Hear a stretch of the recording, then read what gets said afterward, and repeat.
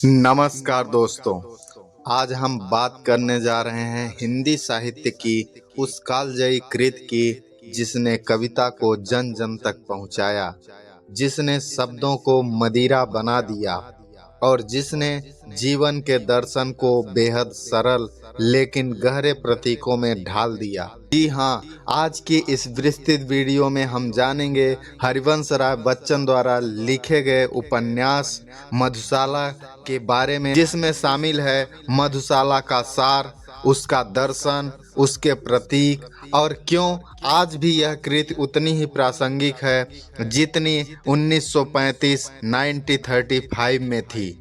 Book summary में आगे बढ़ने से पहले आप इस वीडियो को ज़्यादा से ज़्यादा लोगों में शेयर कर दीजिए और अगर आप हमारे चैनल पर नए हैं तो हमारे चैनल को अभी सब्सक्राइब कर लें। आपका एक सब्सक्राइब हमारे लिए उत्साह और मोटिवेशन का काम करता है। तो चलिए प्रवेश करते हैं आज की बेहद ही शानदार बुक समरी मधुशाला में। मधुशाला एक काव्य संग्रह है जिसमें कुल 135 रुबाइयाँ हैं। रुबाइयाँ 4 पंक्तियों की जो कविताएं होती हैं उन्हें रुबाई कहा जाता है, यानी कि 135 गुणे 4 इतनी पंक्तियों में यह मधुशाला लिखी गई है। हर रुबाई की अंतिम पंक्ति मधुशाला शब्द पर ही समाप्त होती है। यह केवल शराब और साकी की कहानी नहीं है, यह जीवन का दर्शन है। बच्चन जी ने फारसी कवि उमर खयाम की रुबाइयों से प्रेरणा लेकर इसे रचा था, लेकिन इसकी आत्मा पूर्णतः भारतीय है। मधुशाला को समझने के लिए उसके प्रतीकों को समझना जरूरी है। पहला प्रतीक है मदिरा। यह केवल शराब नहीं है, यह ज्ञान है, प्रेम है, अनुभव है, जीवन का आनंद है।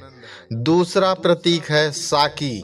साकी वह है जो मदिरा परोसता है। यह कभी प्रेमिका है, कभी गुरु है, कभी ईश्वर है। तीसरा प्रतीक है प्याला। यह अवसर है, जीवन हमें जो मौके देता है वही प्याला है। चौथा प्रतीक है मधुशाला। यह पूरी दुनिया है जहाँ हर एक इंसान पथिक है।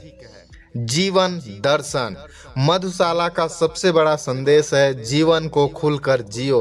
बच्चन जी कहते हैं कि जीवन क्षणभंगुर है, जब तक सांस है तब तक आनंद लो, प्रेम करो, भेदभाव मिटाओ। यहाँ एक प्रसिद्ध पंक्ति आती है जिसे मैं आपको सुनाने जा रहा हूँ। वो पंक्ति है, मंदिर मस्जिद गिरजाघर में बांट लिया भगवान को, पर जो सबको साथ पिलाए वह है मेरी मधुशाला, वह है मेरी मधुशाला। इसका अर्थ है धर्म, जाति, वर्ग के भेद मिटाकर इंसानियत को अपनाओ। मधुशाला का एक बड़ा पहलू है धार्मिक कट्टरता के विरुद्ध आवाज। बच्चन जी कहते हैं, अगर मंदिर में भेदभाव है, अगर मस्जिद में दूरी है, तो चलो मधुशाला चलते हैं जहां सब बराबर हैं। यहाँ अमीर गरीब, ऊंच नीच का कोई भेद नहीं है। मधुशाला में प्रेम भी है, विरह भी है। कभी साकी रूठ जाती है, कभी प्याला खाली रह जाता है, कभी पथिक अकेला रह जाता है। यह जीवन की सच्चाई है। हर समय सुख नहीं होता, पर जो दुख में भी मुस्कुरा सके वही सच्चा रसिक है। मधुशाला में मृत्यु का भी उल्लेख है, लेकिन मृत्यु यहाँ भय नहीं है। बच्चन जी कहते हैं, जब अंतिम समय आए तो होठों पर मधुशाला का नाम हो। यह मृत्यु को स्वीकार करने का साहस है। मधुशाला केवल आनंद की कविता नहीं है, यह संघर्ष की भी कविता है।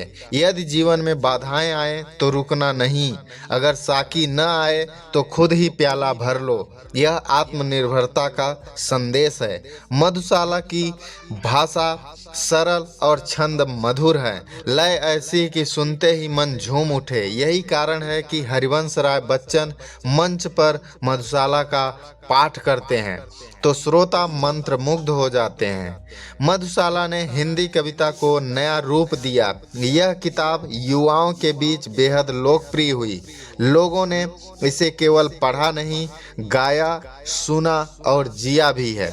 अगर हम गहराई से देखें तो मधुशाला कहती है जीवन एक यात्रा है, हर व्यक्ति एक यात्री है, मंजिल से ज़्यादा महत्वपूर्ण यात्रा है। यह हमें वर्तमान में जीना सिखाती है। अब अंत में हम देख लेते हैं कि मधुशाला से हमें क्या शिक्षा मिलती है।